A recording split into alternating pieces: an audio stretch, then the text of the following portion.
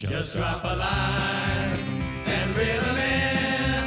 It's good old boys, come fishing again. Just drop a line and reel 'em in. It's good old boys, come fishing again. Yeah, it's that time again to drop a line. So sit back and relax and let's go fishing again. Come along as we join John Shaw and today's special guest. Reel 'em in on Fishing with the Good Old Boys. Good fishing. Just drop a line and reel 'em in. It's good old boys, come fishing again. Just drop a line and reel 'em in. It's good old boys, come fishing again.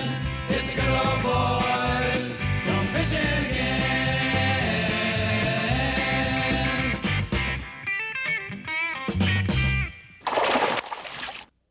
Good morning, folks. I'm John Shaw along with John Murray at San Carlos, and he's on them already. He's cranking them in here. Whoa, looks like a decent fish, John. Whoa, buddy. What you got there? Look at this action, folks. Giving it all to you, buddy. Whoa. Oh. Oh, all that. You gave it all after all that. Don't go nowhere. I'm sure there'll be a lot more to come. What do you say, John? I'm looking forward to it. All right. What are we going to do today? Crank? A lot of deep cranking, maybe some Carolina rig fishing, and see if we can find these fish stacked up somewhere on one of these points. You got it. I see all the shad birds over there, the shad popping around. So stay put, folks. We'll be right back from San Carlos with Super Pro John Murray. Okay, we're back, folks. John told me to put on this spot here. So I listened to the master here, and he's right. Okay. Oh, man. You're right about that, John. Good call on that. Oh, must be a male. He's peeing all over the place. Post spawn. Post spawn fish, eh? Okay, let me unbuckle him here. Come on, baby. Let me try to get him out of here. Look at the stuff we're fishing in all over there. It's just great. There's one of these San Carlos bass. There's plenty of good ones in here. Nice little male. Put it back. I did just what John said. He said, switch up to that spot. That should work, and I sure did. Let me show you the spot, for those of you who don't know what the spot is. Let's see if I can stop it in a minute here. Makes a noise like a baby rattle. You gotta shake that thing. Show them how just that much noise, they definitely produce fish. I guess so. I tied it on, second cast, ba-ding, ba-ding, ba-doom. I was there. So that's a really great bait, this here spot. They always say, you know, why would a Cordell spot catch so many fish? The best explanation I heard is like someone going to your doorbell and sitting in your living room watching TV, and maybe your doorbell rings. You walk up to your door, open the door, and there's nothing there but a $100 bill. Oh, the $100 bill. So you pick up the $100 bill, you look around, there's no one there, you leave. Well, that's what they say a rattle trap's like, or a spot is. It makes all that noise, draws the bass's attention. They look up. The minute they see that bait looks just like a threadfin shad, they forget about the noise. They eat it. Just like that. There you go, Oh, another got one. off that one. Oh. They're real shallow right up They're there. real shallow, right. That might have been a bush, actually, but it felt good anyway. So there you go. You get that $100 bill every time. Best explanation I've heard why it works so much. Hey folks, John Murray, if you read Bassmaster magazine in the recent issue, I was just thumbing through it, and all of a sudden there's John Murray in there. That was a nice little deal you had in there, John. Yeah, they're looking more for some of the Western stuff since they're coming out here to do some Western tournaments. They want some of our Western baits like the Yamamoto jigs and the Western baits that, you know, were designed and made out here as opposed to a lot of the stuff that they use back there. Definitely, I heard they're coming. When are they coming out in '97 or something for their first fish? Sorry, John. We'll continue this conversation later. John Murray, folks. Oh, he's another good fish, buddy. Look at that. They're solid in San Carlos, that's for sure. Nice fish. Good job, John. What kind of bait's that? I'm just throwing a Bill Norman deep diver. Bill Norman. I think the whole key is just getting something shad. Getting it rooting on the bottom, because they're chasing shad here. They're having a major shad spawn, and moving it sort of slow because there's so much bait. They're not starving up here right now. Belly on that. Nice fish. Any special way you're cranking it? Just You seem before you're just moving it right through all that stuff, not slowing it down or anything like that. Well, I want it deflecting. I want it. Let's see how that rod, how fast he's spinning that, Dave, the reel here. Get it on the bottom. Mm-hmm. And then once it gets on the bottom, I want it deflecting off the limbs and rocks. I want a lot of movement off it. And that's what's going to catch the bass. A straight threadfin shad swimming through this lake right now is not going to attract much attention, but a wounded one or one that's acting erratically, bass is just sort of triggered to hit. Little easy eating there. They just step right up and they say, hey, this must be McDonald's. I'll pull up to the window and grab one real quick. Yeah, I have one of them shad that's going by there wiggling. Make it easy for them, that's the key. Exactly, exactly. You still teaching at the schools? Yeah, teaching at Glendale and Mesa Community College. Bass fishing and crappie. Terrific, terrific. So folks, if you really want to get down to the basics with one of the best, especially here in Arizona, this guy is the man. Check it out. John Murray at Mesa and Glendale, you have it? Glendale Community. Excellent, excellent. Little guy. Little guy. They had a good spawn somewhere. Yeah, they got a spawn somewhere. He's about the same size as my crankbait. There you go. Almost, almost. Bro. Yeah, you catch all kind of fish, folks, when you're cranking. It's supposed to be, like John was just saying, a big fish bait, but heck, they'll just grab at anything. These fish are so aggressive, bass. What predator fish they are, great. Yeah, you've been doing good in all-star bass there, buddy. I read about it in the paper the other day. Yeah, I had a good term up at Roosevelt. Roosevelt, it's going to be a great lake this year with the water falling down. The numbers of fish in that lake are incredible. Catch any smallies that particular day, or mostly largemouth? Yeah, actually I had one about 17-inch smallmouth, then a smallmouth over 4, like 4 1/4. Wow, very nice. That's my favorite, smallmouth. I love them. They fight so good. What was the bite up there, if you don't mind sharing that information? It's sort of similar to this. The water's a little clearer, so we're using rip baits, jerk baits, and then later, once the sun comes up and the fish sort of shut down, we went to Carolina rigs and split shotting. Still pretty shallow. Most of the fish are 5 or 10 feet deep. They're not real deep right yet. And the same with here. These fish have not moved out into deep water. Right here. Go get him, John. Another little one. Another little guy. We got to work through the little fish. We'll get out some of the better ones.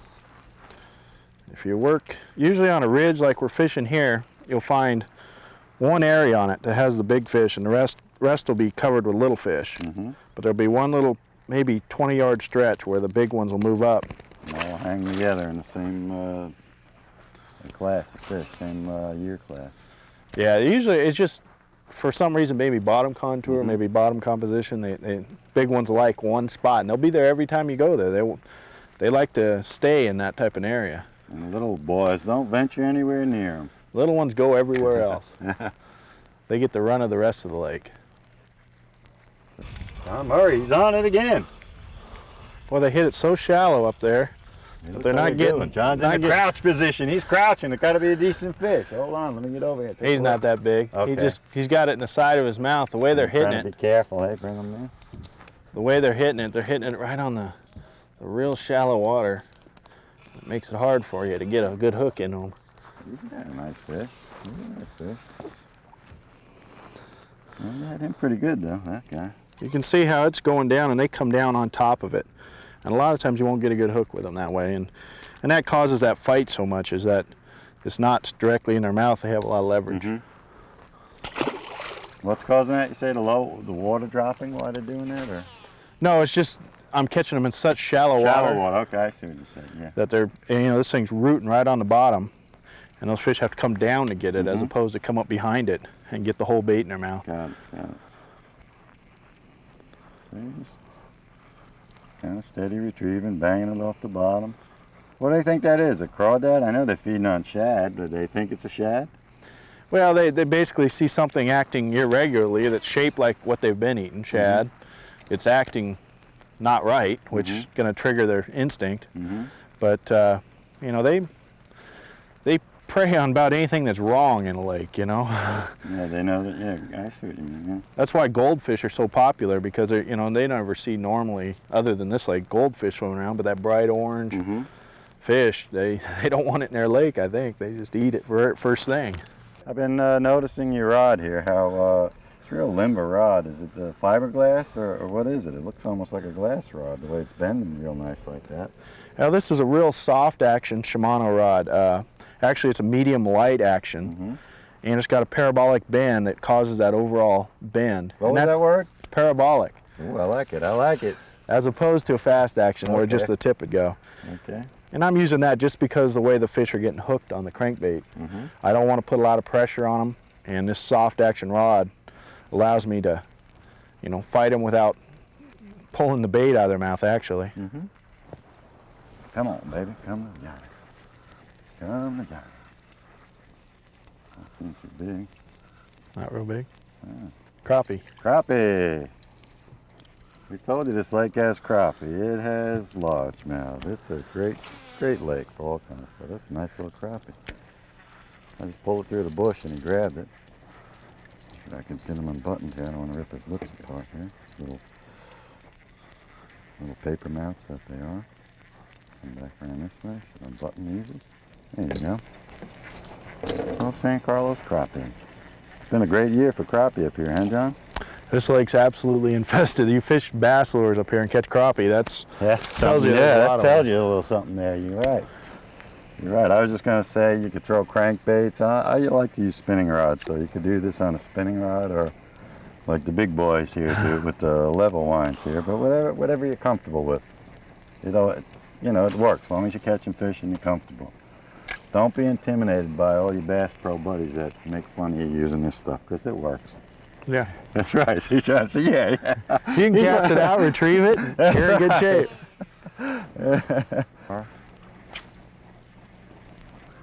I'll tell you one thing, you can really cast these things way the heck out there. Use these little heavier baits like this. John, let me ask you, with that moon hanging out, you notice anything different when that's going on? Oh, I noticed I got a fish. There's a good one. Yeah, he feels pretty good. Here he comes. Oh, he's trying to get up. He's trying to get up. But I won't let him. I might not have a choice. Oh, here he is. There's a good fish. Okay. Yeah, this lake has some fine fish in it. I lost that other bait I was catching this morning, the spot. Got to be careful with that, folks. At least I do. I don't have too much luck getting these fish off fast. Lost that other spot that I caught a few fish on earlier and changed to this. It doesn't seem to make any difference as long as they look like a shad. You make a little noise and you can do it. Let me see if I can unbutton him. It's just really kind of easy fishing up here at San Carlos. It's a nice little guy here. We're looking for the big boy. We're looking for the big one. Let's put him back in like so. Hey folks, don't go nowhere. We'll be right back from San Carlos Lake, fishing with the good old boys with my buddy John Murray. We'll be right back.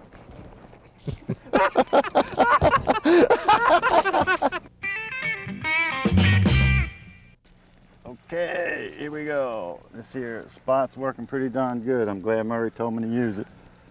Come on, get in here. They're coming in pretty fast. Crappie. Oh, another crappie. No wonder you Pretty didn't good sized crappie too.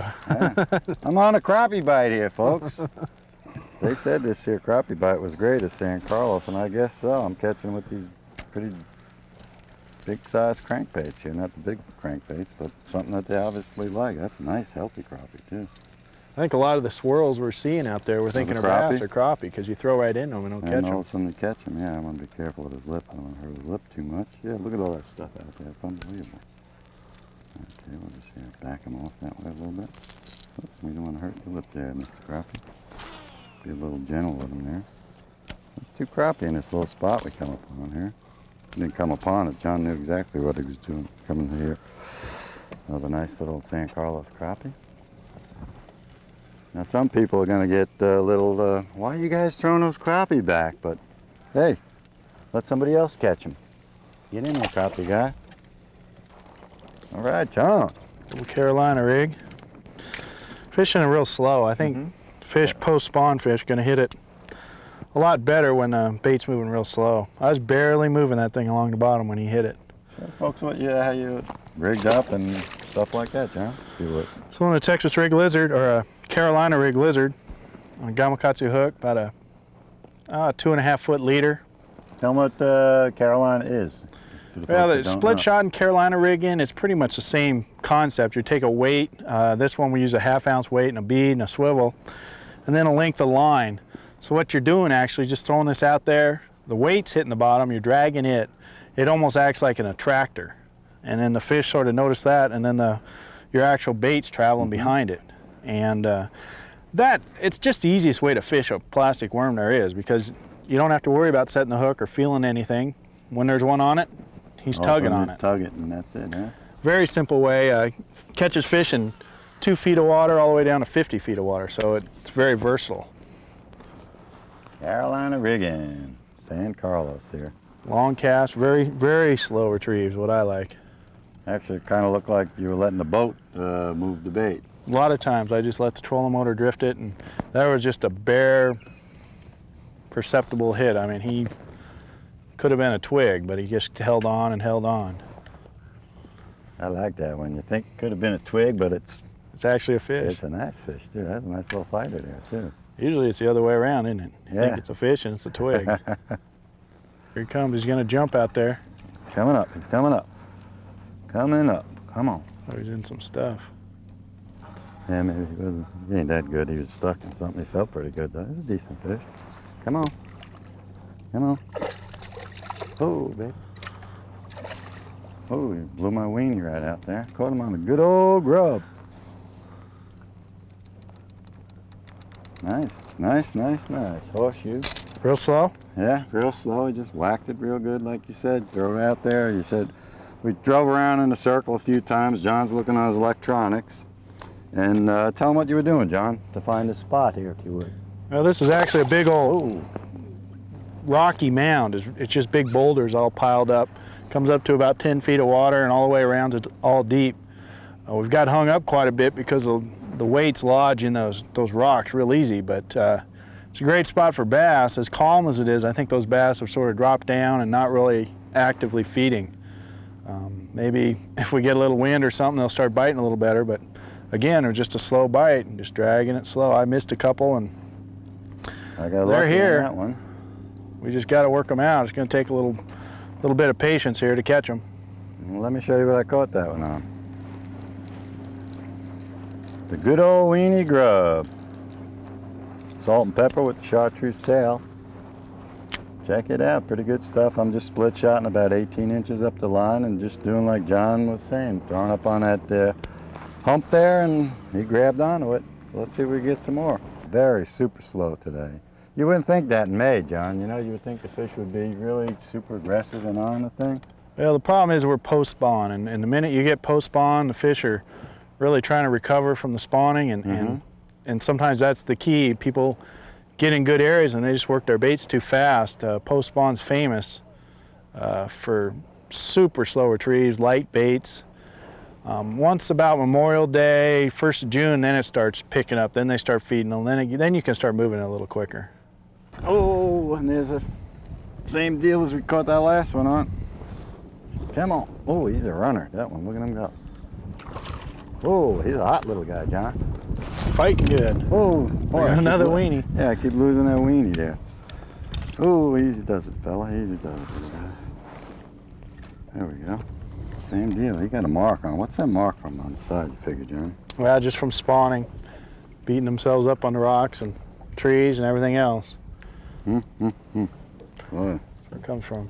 they work themselves over pretty good. Well, we'll put him right back in. We'll just put him in gently there. He's been working hard to spawn here. I don't want to fall in like I did before, but I'll just... Got one, huh, Johnny? Whoa, yeah, he hit it right at the boat. I can't get him up. He might be foul hooked or something. Whoa, baby, give it to him, fishy. He's giving you a bad time. Yeah, hooked right in the top of the head. Oh, decent. Oh, you switched on me, buddy. Here, I'm still dragging this here bottom bait, and you're on that rogue there. Yeah, you got the wind came up, and they started coming up. Quality fish. Quality fish.